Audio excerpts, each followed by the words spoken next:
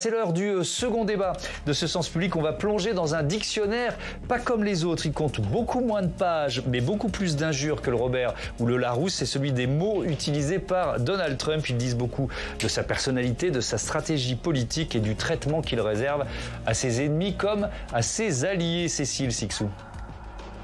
Il fait souvent sourire par son comportement, mais Donald Trump est aussi un président qui ne parle pas comme les autres. Sujet, verbe, complément, le président américain est connu pour son parler simple et son vocabulaire restreint.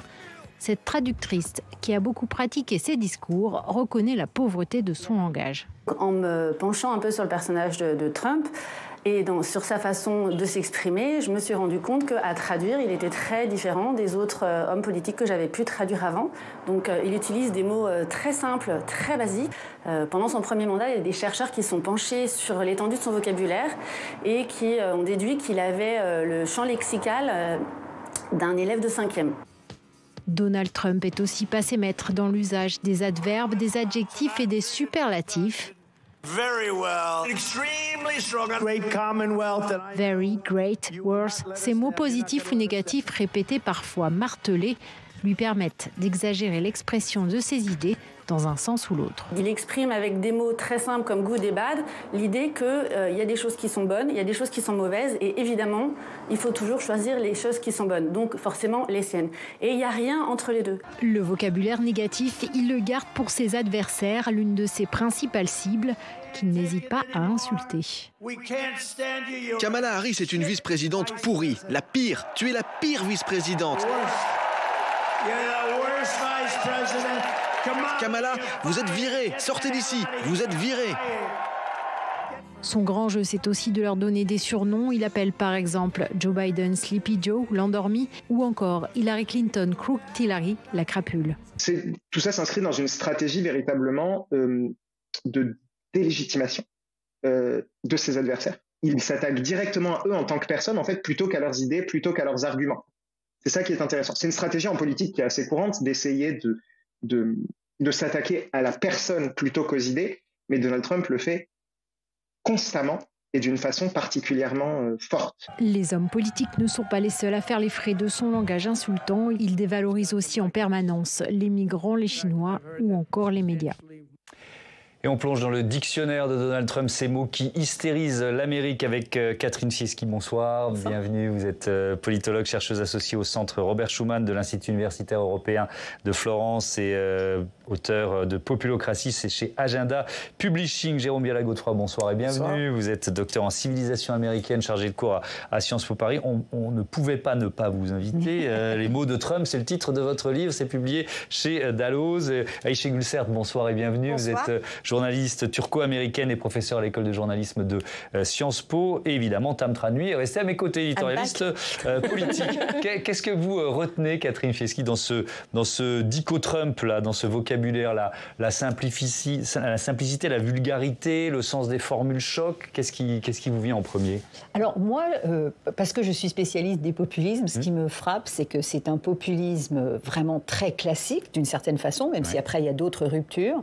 Et c'est la volonté de transgresser. C'est vraiment la volonté de transgression, c'est-à-dire de ne pas faire semblant, par exemple, de représenter tous les Américains, mais simplement ceux qui ont voté pour lui. C'est la volonté aussi, avec ces sobriquets, ces surnoms qu'on évoquait il y a un instant, de véritablement s'attaquer à la personne, mais que, comme le disait le commentateur, il le fait de façon infiniment plus répétée, puissante. Ces surnoms, finalement, ils font partie maintenant du vocabulaire politique, de la rhétorique politique américaine. Tout ça, on peut très bien l'interpréter à l'aune d'un vocabulaire et surtout d'un style populiste, mais tout ça s'inscrit vraiment dans la volonté de transgresser, la volonté de créer une rupture avec la politique comme d'habitude, pour offrir à ses électeurs et ses électeurs potentiels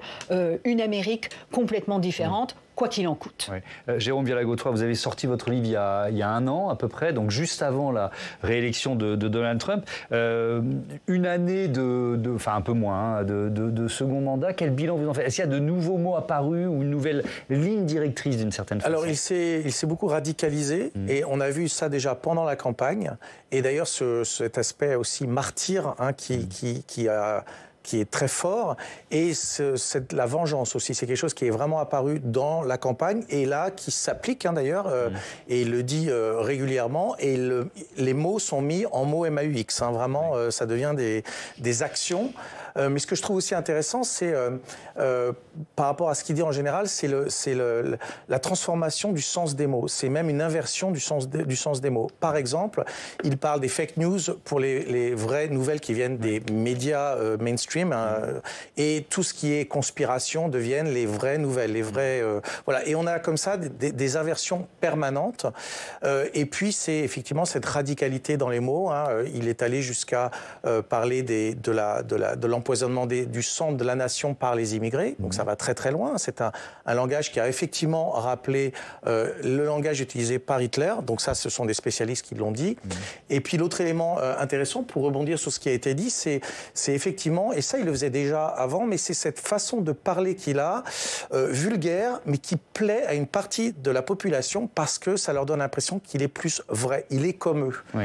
Et alors, ça, on y reviendra en détail. C'est un élément important de son succès. Ouais, je pense que c'est effectivement, parce que n'oublions pas que ce sont aussi, et peut-être surtout ces mots qui l'ont permis de revenir à la Maison-Blanche. On peut parler, Ayché Goulcert, d'une stratégie ou d'un vocabulaire, c'est quand même très binaire quand on écoute du Trump, quoi. Oui, tout à fait. Donald Trump, il voit le monde, c'est le mal, the good and the bad, le mal et le bien. Et c'est intéressant parce que j'ai jamais pensé... Les États-Unis n'ont pas du tout une façon de parler et un rhétorique, que ce soit des politiques ou le public, qui sont à la européenne. C'est-à-dire que les Américains, quand même, ils sont... Vous voyez toujours les Américains qui sont en France parce que vous pouvez les entendre à 2 kilomètres, ils sont loud, ils sont présents. Non mais c'est vrai, je suis américaine, donc en un sens, je l'avoue. Mais en même temps, c'est quelque chose qui... George W. Bush, moi j'étais aux États-Unis à l'époque, avait apporté en an 2000, 2001, 2002 cette idée de eux contre nous. Them against us. C'était après le 11 septembre, en un sens. Là, ce qu'il est en train d'apporter Trump, c'est à l'intérieur du pays. Il est en train de créer une division à l'intérieur du pays. Donc, non seulement, c'est plus des démocrates ou des républicains, c'est des gauchistes radicalisés. Et nous, en un sens, nous, il parle de lui, nous sommes ceux qui sont rationnels, qui sommes les patriotes, qui aimons notre pays et qui faisons en sorte d'essayer de la garder loin de ceux qui n'ont pas de papier, loin de ces immigrés.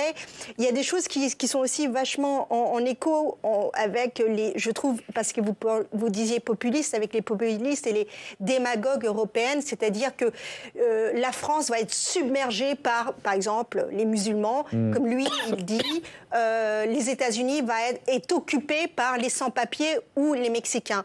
Donc il y a quelque chose qui fait écho dans le transatlantique et c'est là le danger. Oui. Avec aussi, et c'est ce que la première réaction sur ce débat d'un de nos téléspectateurs, n'hésitez pas à flasher le QR code, participer, poser vos questions. Il nous dit certes Trump, on l'a vu je crois, mais au moins il parle au peuple. Ça résonne avec ceux qui se sentent ignorés. On peut pas sous-estimer le succès de Trump et sa capacité, effectivement, à parler à une partie du peuple américain qui se sentait ignoré, ou en tout cas ignoré peut-être par les démocrates. Je crois qu'il y a non seulement une partie du peuple qui se sentait ignorée, mais en fait... Ça va plus loin, je crois, c'est une partie du peuple qui se sentait dépossédée. Dépossédée de certaines valeurs, dépossédée de la vision d'une certaine Amérique. On leur disait comment il fallait parler, comment se comporter, ce qu'on pouvait dire, ce qu'on pouvait lire. Et c'est ainsi qu'a grandi cette guerre culturelle, soi-disant, contre le wokisme. Et je pense qu'effectivement, de parler à ceux qui se sentent dépossédés et de leur parler d'une façon effectivement assez violente, parce que quand il leur dit « je serai votre guerrier, je serai votre vengeance, je serai votre rétribution », c'est là encore d'abord dire qu'on ne va s'occuper que d'une certaine partie de l'Amérique, et c'est surtout leur rendre, n'est-ce pas, ce qui était à eux et remettre l'Amérique en quelque sorte sur, soi-disant, le droit chemin. Alors, allez-y, Tam. Est-ce que ça veut dire que pour pouvoir s'adresser désormais à ces populations, il va falloir parler comme Trump? Et est-ce que ça veut dire que la façon de parler de Trump peut essaimer dans la vie politique américaine de façon vraiment large? Ou européenne. Ou européenne, voilà, bien sûr. Est-ce que ça devient la simplification du discours politique, un exemple dans la façon de s'adresser aujourd'hui à certaines... C'est une vraie question, et il y a la question des réseaux sociaux et de visibilité. Alors on voit quelqu'un comme le gouverneur de Californie, Gavin Newsom, qui justement essaye de faire du Trump en critiquant Trump, enfin de montrer comment justement c'est un peu ridicule, mais et ça marche aussi, c'est-à-dire que ça lui donne une vraie visibilité. Alors est-ce que ça va se concrétiser dans des votes, ça reste à voir, mais en tout cas, il est certain qu'il y a aussi du populisme à gauche, et que ça a l'air d'être un peu la voie vers laquelle on se dirige en ce moment. Oui. Mais pour rebondir, si je peux, juste avant de venir, il y a quelques heures, il y avait une conférence de presse entre le Premier ministre anglais, Keir Starmer, et Donald Trump. Et c'est vrai que moi, j'ai été choquée par les mots que Keir Starmer il a utilisés en parlant en un sens de leur réunion. Il a utilisé des mots très hyperboliques. Très exagéré, comme « this was a great meeting ». C'était une réunion qui était exceptionnelle. C'est-à-dire que c'est pour répondre... Il a fait du Trump, quoi. Il utilise à côté de Trump des mots que Trump peut entendre. Ce que Trump entend, c'est la flatterie, et ce sont des mots de son lexique. Une dernière chose, moi, ce qui m'a beaucoup choqué, c'est la différence entre la façon dont les États-Unis est en train de traiter l'assassinat de Charlie Kirk. On y revient un peu plus tard. Et donc, je reviendrai tout à l'heure. Je vous donne la parole là-dessus. Parce qu'évidemment, c'est voilà, ce que ça a provoqué dans le débat américain, évidemment, c'est très très important et on y consacrera du temps. Mais alors, j'ai donné une liste de qualificatifs pour le dico Trump. Alors, il y a évidemment le mot vulgaire, vous l'avez employé assez vite. Alors, on a eu l'embarras du choix. On a choisi ce moment où il parle des pays qui négocient sur les droits de douane. C'était en avril dernier. Ces pays nous appellent, ils me lèchent le cul. Ils meurent d'envie de passer un accord. S'il vous plaît, monsieur, passons un accord. Je ferai n'importe quoi, je ferai n'importe quoi. Comme quoi, c'est pas parce qu'on porte un smoking que on ne peut pas avoir de la vulgarité dans la bouche. Elle est réelle ou forcée? Ça rejoint une question de Mathilde qui nous écrit de Bordeaux. Trump utilise-t-il le langage de manière stratégique pour se connecter à son électorat ou est-ce que c'est un aspect de sa personnalité? Alors c'est les deux en fait. C'est-à-dire que c'est vraiment comme ça qu'il est au naturel, mais il voit aussi très bien que ça marche. Il en rajoute parfois d'ailleurs, et c'est vrai que ça fonctionne. Alors c'est intéressant parce que d'ailleurs en français, surtout au début dans son premier mandat, il était souvent sous-traduit. Parce que on n'osait pas y aller, on n'osait pas trop. Et puis bon, c'est bizarre un président qui parle comme ça. Et là, ce que je vois, c'est que les traductions sont de plus en plus littérales et correspondent vraiment un peu plus au contexte. Mais c'est vrai on se bat pour traduire du Donald Trump. Et c'est très difficile à traduire, surtout que voilà, ça va un peu dans tous les sens ce qu'il raconte. Mais en tout cas, il est certain que ça plaît parce que c'est un côté un peu masculin, un peu comme on parle dans les bars, voilà. Donc ce côté-là est très important. Je voudrais juste rebondir sur une chose qui a été dite, parce que c'est vrai que c'est la grande nouveauté de Trump par rapport à tous les autres présidents, c'est vraiment la construction de cet ennemi intérieur. Et les mots ont un sens là-dessus. Il parle, on l'avait déjà dit, mais dès 2017, il parle de la presse comme l'ennemi du peuple. C'est quand même un terme qui est fort. Et ça continue. Et ça empire. On voit que là, et là on parlait tout à l'heure des salles gauchistes, mais tout le monde peut finalement être ciblé comme salle gauchiste. Il a parlé de gauchiste radical en parlant de Nancy Pelosi. Nancy Pelosi, c'est une démocrate très centriste. Qui était la présidente de l'Assemblée, de la Chambre des représentants. Tout à fait. Et qui est vue d'ailleurs comme étant quelqu'un de très centriste, qui serait plutôt même à droite en France. Enfin voilà. Effectivement. Alors on va rester sur cette question de la vulgarité. Il y a un autre exemple. On est au mois de mai. Il s'attaque alors là c'est une citation. Il s'attaque à la star du rock Bruce Springsteen, alors qui est un opposant notoire, mais il nous dit Bruce Springsteen n'a pas de talent, il est odieux, c'est un obstiné, un connard, pardon, je suis bien obligé de les reprendre les mots, qui a soutenu avec ferveur Joe Biden l'escroc. On y revient. Il est bête comme ses pieds, ce pruneau desséché devrait cela fermer en majuscule. Est-ce que c'est aussi, on parle de, est-ce que c'est stratégie, est-ce que c'est sa personnalité, est-ce que c'est Aïcha Goul, certes un moyen pour Donald Trump aussi peut-être de faire oublier d'où il vient. C'est-à-dire c'est un pur produit de la bonne société, ou en tout cas de l'élite économique new-yorkaise, on peut dire ça. C'est ça qui est très intéressant, parce que lui, donc il y avait les médias dans le premier mandat qu'il montrait comme ennemi du doigt. Maintenant, c'est les élites. Les élites, c'est-à-dire c'est Obama qui a fait 2 mandats, qui a fait Harvard. C'est la dynastie Clinton qui veut revenir en tant que président. D'abord Bill, ensuite qui a fait Georgetown, ensuite Hillary. Donc lui, il se présente bien sûr comme moi, je vous entends. Moi, je suis là pour vous, les ouvriers. Je suis là pour vous qui travaillez dans les mines, vous qui travaillez dans les industries. Je suis là et je vais faire en sorte que vous allez sortir du chômage, que vous allez avoir le pouvoir d'achat. Mais le problème, c'est que c'est un homme qui a fait Wharton School of Business, donc of Finance, qui est UPenn, qui est l'une des écoles les plus prestigieuses.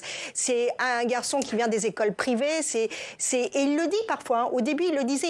Il le disait moi. Il disait I speak incredible English. I have a big vocabulary. J'ai un grand vocabulaire, je peux dire beaucoup plus, mais je choisis d'être parmi vous. Bah là, on avait une de nos spécialistes ou un de nos spécialistes dans le sujet qui disait vocabulaire d'un élève de 5e. Oui.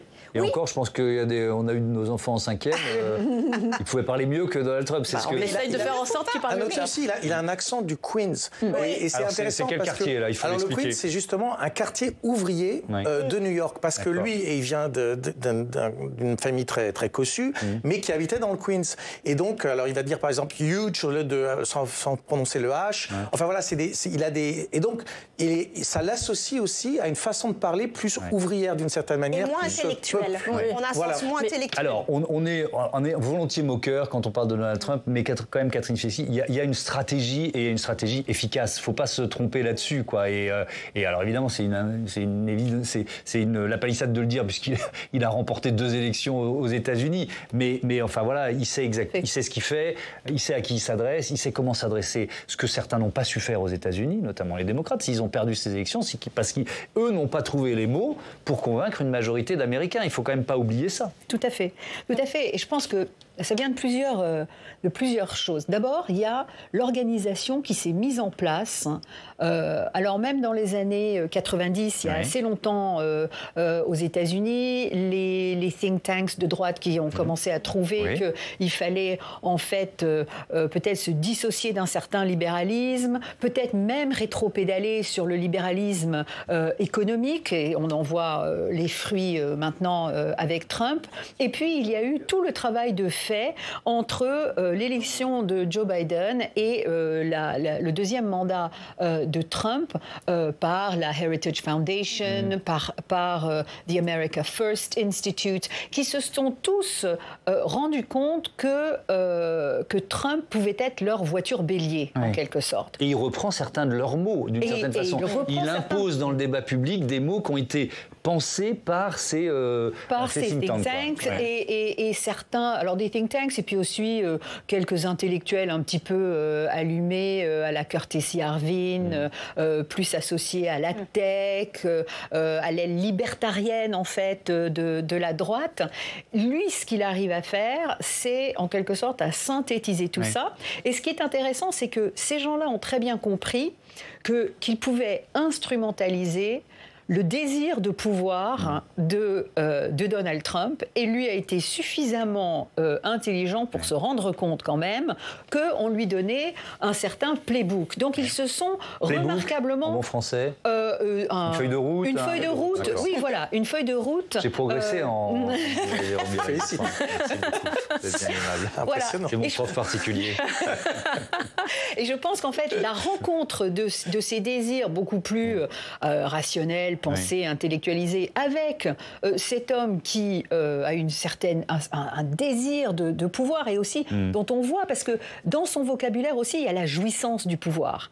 Et ça, je pense que ça plaît aussi à certains électeurs. Plutôt qu'un technocrate grisou, voilà quelqu'un il assume le fait de prendre du plaisir. On sait qu'il se réveille le matin en se disant « Chouette, je suis président des États-Unis ». Allez, encore un mot, puis après on parle des mots qu'il ne faut plus prononcer aux États-Unis, parce que c'est aussi une dimension très intéressante. Et un élément aussi extrêmement important, c'est le côté victime. Lui, s'est toujours vu comme victime de l'élite, même quand il était à New York, parce qu'il était vu comme un peu vulgaire, etc. Il a toujours eu cette impression qu'il n'était pas apprécié, ce qui était assez vrai d'ailleurs.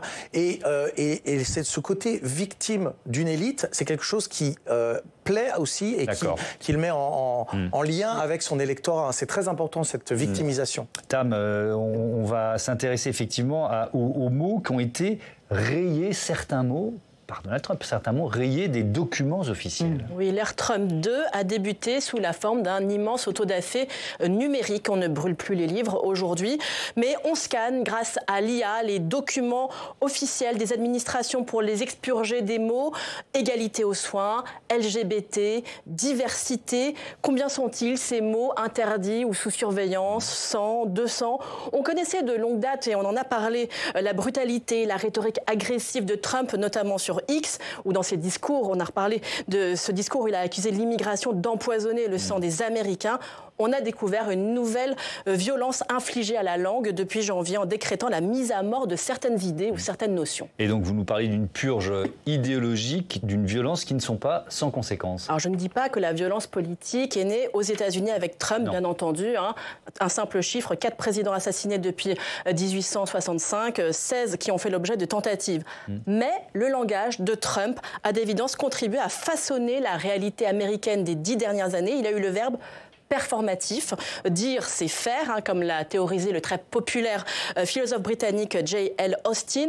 Et si Trump a échoué à ramener la paix en 24 heures en Ukraine, il a réussi à mettre le feu à certains esprits aux États-Unis. Parce que la violence, sous cette ère Trump, elle change de statut. Et oui, car elle est de plus en plus perçue comme un moyen d'action légitime. Une situation qui a été documentée par les travaux du politologue Robert Pape, qui est de l'Université de Chicago et qui sort une étude trimestrielle sur le sujet. Il a commencé en 2021, au moment de l'invasion du Capitole. Et au printemps, il a donné ce chiffre. 39% des démocrates estiment alors que le recours à la force est justifié pour destituer Donald Trump de la présidence.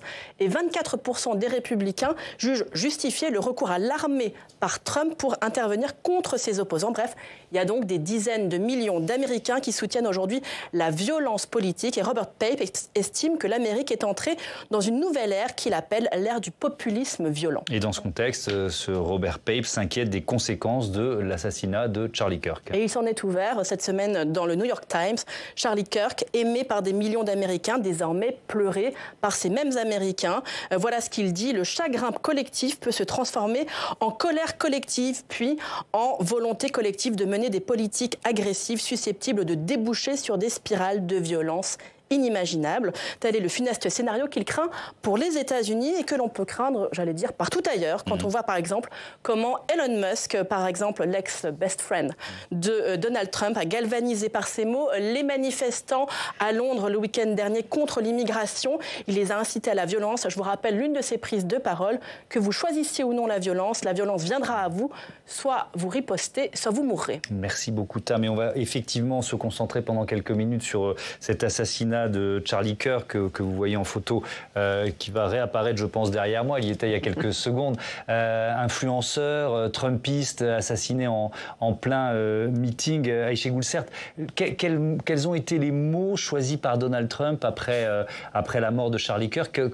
Voilà, parce qu'il y a tout un enchaînement de faits qui est quand même intéressant à décortiquer. Je disais tout à l'heure avec la gauche radicale, mais moi les quelques secondes que j'ai, j'aimerais faire un parallèle qui, moi, en tant qu'Américaine, me choque, la vitesse à laquelle cette violence politique est en train d'émerger. En janvier, le 6 janvier 2021, il y a eu l'assaut de la Capitole. Il y a eu 7 personnes qui ont été tuées, dont 3 officiers de la sécurité. Les personnes qui ont fait cette violence, qui sont venues dans la Capitole, ont été graciées par Donald Trump. Aujourd'hui, pour Charlie Kirk, qui n'aurait pas dû être, bien sûr, assassiné du tout, mais le procureur de Utah demande une peine la peine de mort pour la personne. Et c'est aussi ce que Donald Trump est en train de pousser de plus en plus. Et c'est là où j'essayais de dire que cette division qu'on voit à l'intérieur du pays, on voit à quel point maintenant les dépossédés dont vous parliez, ça montre que nous sommes là avec la loi pour vous, ceux qui sont pour Charlie Kirk, et nous sommes, en un sens, on vous délaisse, ceux qui étaient là au Capitol Hill, afin de tenir la démocratie américaine. Est-ce qu'il y a eu, Jérôme Villagot, parce que là, il y a des funérailles nationales qui sont organisées pour Charlie Kirk. il n'y en a pas eu dans des cas inversés, c'est-à-dire pour des militants démocrates tués par même pour des élus, même pour les élus démocrates dans le Minnesota, par exemple. Il a même d'ailleurs refusé que les drapeaux soient en berne pour Jimmy Carter. Bon, mais moi, Jimmy Carter, l'ancien président américain démocrate, voilà. Mais ce que je trouve absolument incroyable, et ça c'est un fait nouveau, c'est que au lendemain, enfin quelques heures après l'assassinat de Charlie Kirk, il est au bureau ovale, il enregistre un discours dans lequel, au lieu d'unir le pays, il nomme une partie des Américains comme étant l'ennemi et comme étant responsable. Il fait de Charlie Kirk le martyr, donc un langage aussi très religieux, qu'il lie d'ailleurs à lui, puisqu'il parle aussi du fait qu'il a été lui-même victime d'une tentative d'assassinat. Et ensuite, il promet, il promet la vengeance, ce qu'il va faire contre ce qu'il appelle effectivement la gauche radicale. On n'a jamais vu ça. Il s'est d'ailleurs aussi attaqué à la presse dans ce même discours. Et ça, c'est quelque chose de totalement inédit, parce que tous les présidents, quand il y a un assassinat ou une tentative d'assassinat d'autant plus politique, essayent d'unir le pays et d'avoir un langage d'empathie, mais voilà, qui surtout ne divise pas à l'intérieur. Et ça, c'est totalement nouveau et très inquiétant. Ouais. Question de Pierre qui nous écrit de Dijon. Merci de participer et d'alimenter nos débats avec vos questions grâce à ce QR code. Quelle est la frontière entre la liberté d'expression et la violence verbale? Trump franchit-il cette ligne en utilisant un langage qui incite à la division? Parce que la liberté d'expression, c'est pas un vain mot aux États-Unis. Non, et d'ailleurs, Charlie Kirk lui-même défendait cette liberté d'expression. On a repassé en boucle une séquence où il disait qu'il fallait protéger aussi bien le droit de porter des armes que le droit à la liberté d'expression et que ça valait bien quelques morts par an. Donc c'est tragique et paradoxal, mais aussi évidemment tragique. Je crois que ce qui est très particulier dans le cas de Trump, c'est que lorsqu'on est, encore une fois, on est le président des États-Unis, on est le président de tous les Américains. Donc la liberté d'expression de la figure publique du président des États-Unis n'est pas forcément la même que l'électeur lambda, voilà, en privé. Et je crois que c'est c'est une partie du raisonnement. Et la seconde partie du raisonnement, c'est que cette liberté d'expression tant revendiquée par Charlie Kirk, lorsqu'on regardait les débats qu'il mettait en scène, parce que c'était quand même, lui était très préparé, avait tous les arguments qu'il avait repassés avant d'entrer sur scène, face à souvent des jeunes assez démunis face à sa rhétorique. Il parlait de liberté d'expression, mais il ne laissait parler personne. Oui. Alors, c'est une dimension intéressante parce qu'on peut dire aussi que Donald Trump est en train d'imposer son discours dans les médias en limitant la liberté d'expression de ceux qui ne pensent pas comme lui. Démonstration avec ce qui vient de se passer avec l'animateur Jimmy Kimmel. C'est une grande star américaine qui présente l'un des late shows les plus regardés. C'est sur ABC, il a animé 4 fois la soirée des Oscars, Jimmy Kimmel. Il est suspendu par sa chaîne. Par ABC pour s'être, je vais simplifier, attaqué à la récupération politique de l'assassinat de Charlie Kirk. Et vous voyez s'afficher, je pense, la réaction de Donald Trump. Il s'en félicite. Grande nouvelle pour l'Amérique. Le très constaté Jimmy Kimmel Show est annulé. Et puis alors, il met la pression. Il met la pression sur 2 autres stars présentateurs de Late Show qui officient sur NBC, Jimmy Fallon et Seth Meyers. Peut-être on peut revenir sur... C'est un bras de fer, effectivement, sur les mots et qu'on va continuer d'entendre dans certains médias américains, parce que c'est ça qui est en train de se jouer. Si ceux qui ne pensent pas comme Trump sont suspendus d'antenne, qu'est-ce qui se passe? Mais il met la pression à tout. Là, cette semaine, il a ouvert encore un dossier de diffamation contre le New York Times. Au mois de juillet, c'était contre le Wall Street Journal pour le dossier Jeffrey Epstein. Il y a quelques mois, c'était un autre comédien de Late Night Show, host de ABC, je crois. Il est en train... Stephen Colbert, merci beaucoup, dont le nom m'échappait. Il renomme les choses aussi, il ne faut pas oublier. On va en parler dans un instant. Le fait de... Pardon, à chaque fois, vous êtes toujours un peu en avance. Mais bravo. Mais vous pouvez faire des transitions. Franchement, c'est très fort d'être toujours un peu en avance. C'est le signe d'un grand esprit. Non, mais au-delà de ça, il y a quand même... Pourquoi il cède? Pourquoi ABC suspend? Parce qu'il y a des enjeux économiques. Oui, c'est ça. Je vais juste terminer. C'est ça qui est très intéressant. Au début, quand vous avez parlé de populisme, c'est ça. Moi, j'ai vu ça avec le cas des États-Unis, de la Turquie, qui est mon autre pays, pays et maintenant des États-Unis qui va à une vitesse plus vite. C'est qu'ils se plient. Il ne faut pas oublier que les États-Unis, c'est un système capitaliste où c'est le deal qui fait les choses. Et après, il y a la Constitution pour le droit de s'exprimer, le droit d'avorter, etc. qu'il y avait. Donc c'est ça, c'est qu'il y a de plus en plus de personnes qui se plient, non seulement les démocrates, mais aussi les businessmen, c'est-à-dire ceux qui ont le ABC, le NBC et les journaux. Dans ce cas-là, il y a eu aussi le chef, le ministre de la communication, donc Brandon Carr, qui fait partie du gouvernement et qui a mis la pression, donc ça c'était bien documenté là, par les médias récemment, qui a mis la pression justement sur Disney, qui est le propriétaire, et qui a fait que effectivement Jimmy Kimmel a été licencié, suspendu. Il a été suspendu à ce stade. Oui. Mais en fait, ce qui se passe, c'est que maintenant, Trump a le pouvoir, toute la puissance du pouvoir fédéral. Il va utiliser, il a aussi parlé d'utiliser les impôts, c'est-à-dire d'enlever par exemple le tax exemption, donc l'exemption d'impôts à certains organismes qui soutiennent la gauche ou qui soutiennent les démocrates. Donc là, il utilise vraiment un pouvoir fédéral qu'il n'avait pas avant. Oui. Et pareil, il y a eu l'affaire aussi avec CBS, il y avait une fusion avec une autre entreprise, avec Paramount et Skydance, et ils devaient avoir l'accord du gouvernement fédéral et donc l'accord du gouvernement Trump. Et donc pour avoir cet accord, il faut se plaire à Trump. Alors, je crois que j'ai vu passer une question d'Estelle qui écrit de Lille sur la liberté d'expression. Je vous la pose, Catherine Fieschi. Est-ce qu'elle est menacée aujourd'hui aux États-Unis ? Je pense que la démocratie représentative, dont la liberté d'expression est l'un des apanages les plus importants, n'est-ce pas ? Je pense que la démocratie représentative est menacée à l'heure actuelle aux États-Unis, qu'on voit quand même une évolution qui est une évolution autocratique, où certains gestes sont déjà porteurs de violence et surtout de censure, et puis qui vont avoir un impact, parce que ces gestes sont aussi intimidant. Les gens vont y réfléchir à 2 fois maintenant avant de s'exprimer. Je pense que c'est aussi comme ça que la démocratie et la liberté d'expression est fondamentalement atteinte. C'est que les poursuites contre les universités et les universitaires, contre les journalistes et les journaux, les chaînes de télévision, on voit très bien que c'est une entreprise non seulement autocratique, mais d'intimidation systématique. Oui. Alors, on va s'intéresser, vous avez commencé à l'évoquer, à ce qu'on appelle donc la toponymie. C'est cette discipline qui étudie les noms propres désignant un lieu. Et c'est Alexandre Poussard qui va nous éclairer sur cette question. Bonsoir Alexandre. Donald Trump qui s'attaque donc aux noms de lieux.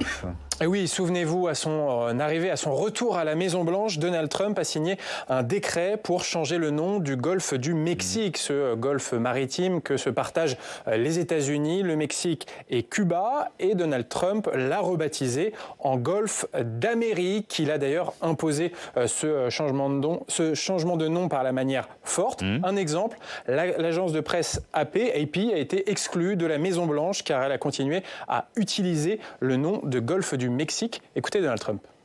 L'agence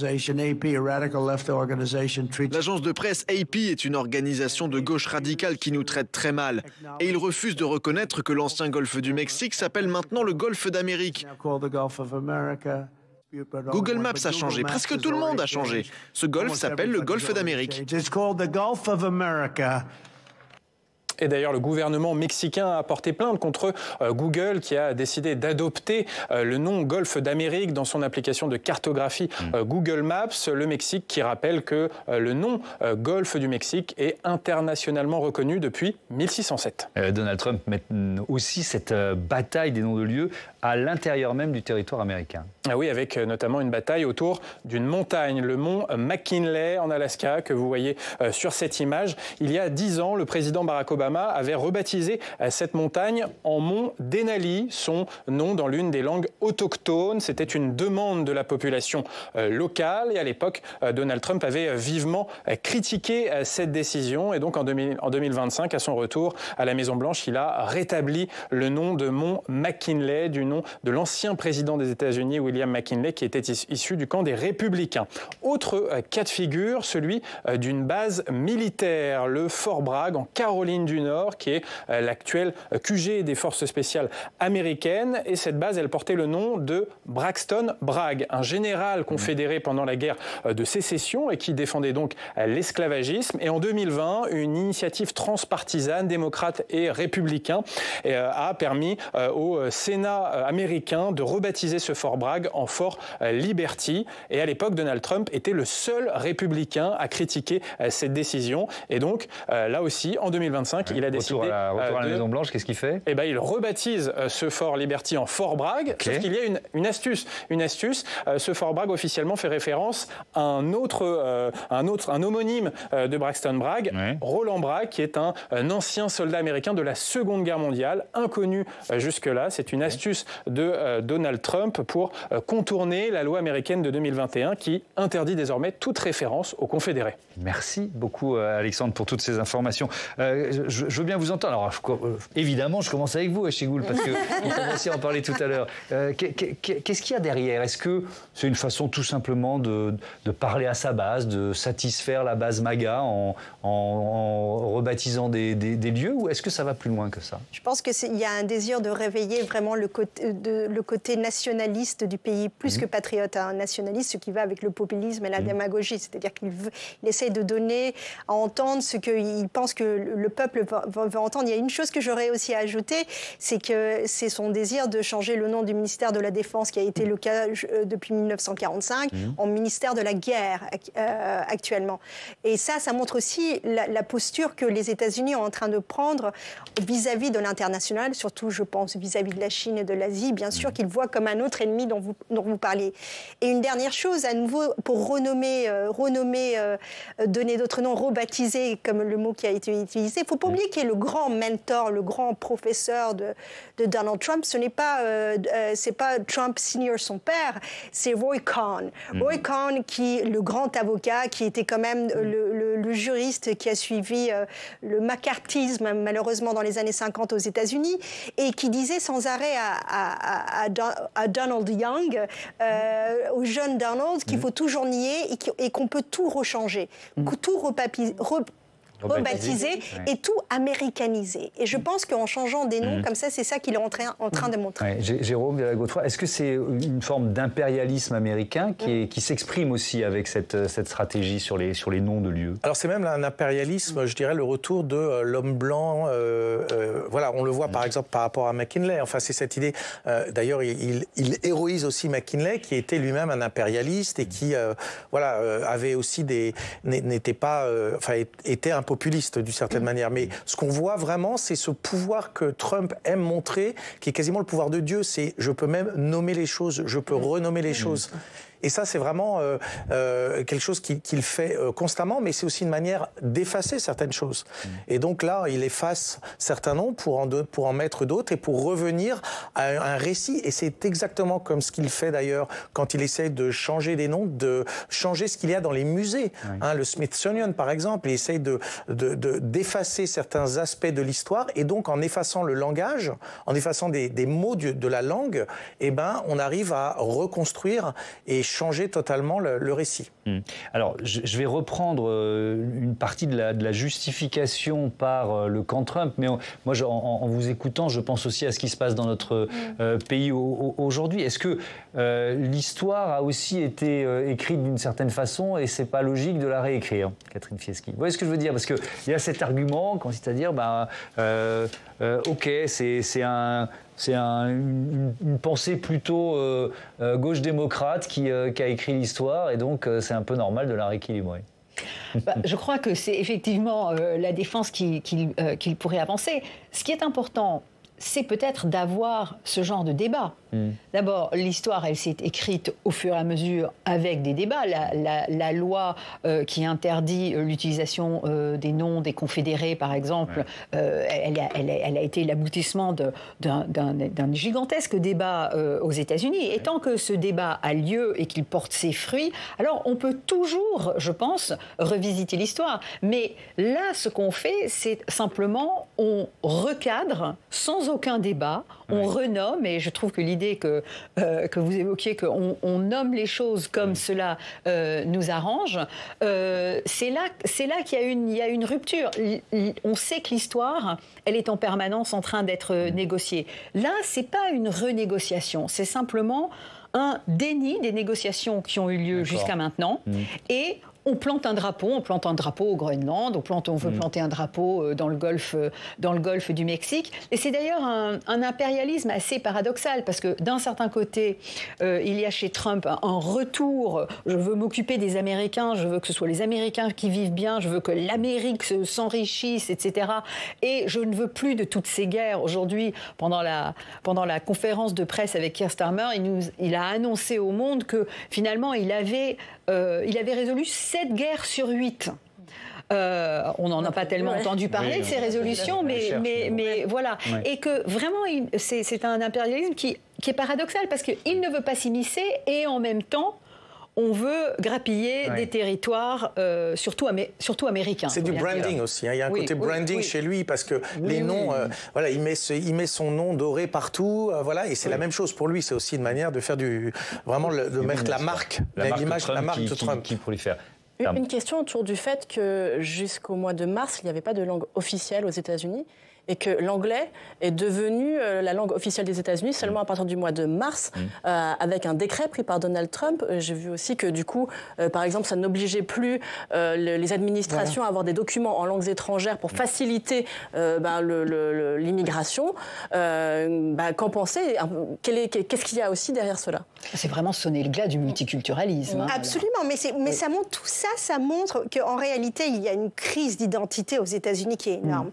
C'est-à-dire que le refus de ce que les États-Unis est, ce multiculturalisme, les immigrés qui font partie de ces presque 400 millions de personnes, les langues, je veux dire, quand vous allez en Californie ou en Texas, parfois vous entendez beaucoup plus l'espagnol que vous entendez l'anglais en un sens. Donc il y a tout ça, donc il y a vraiment, ça montre cette misogynie, et ça montre aussi qu'il y a aujourd'hui, et le blanc, le WASP, mais ce qui est aussi incroyable, c'est que... White Anglo-Saxon Protestant. Mais ce qui est incroyable, c'est que je ne comprends pas, c'est que quand même les États-Unis est allé si loin à élire un homme entre guillemets noir, pas entre guillemets noir, Obama, pendant 2 mandats.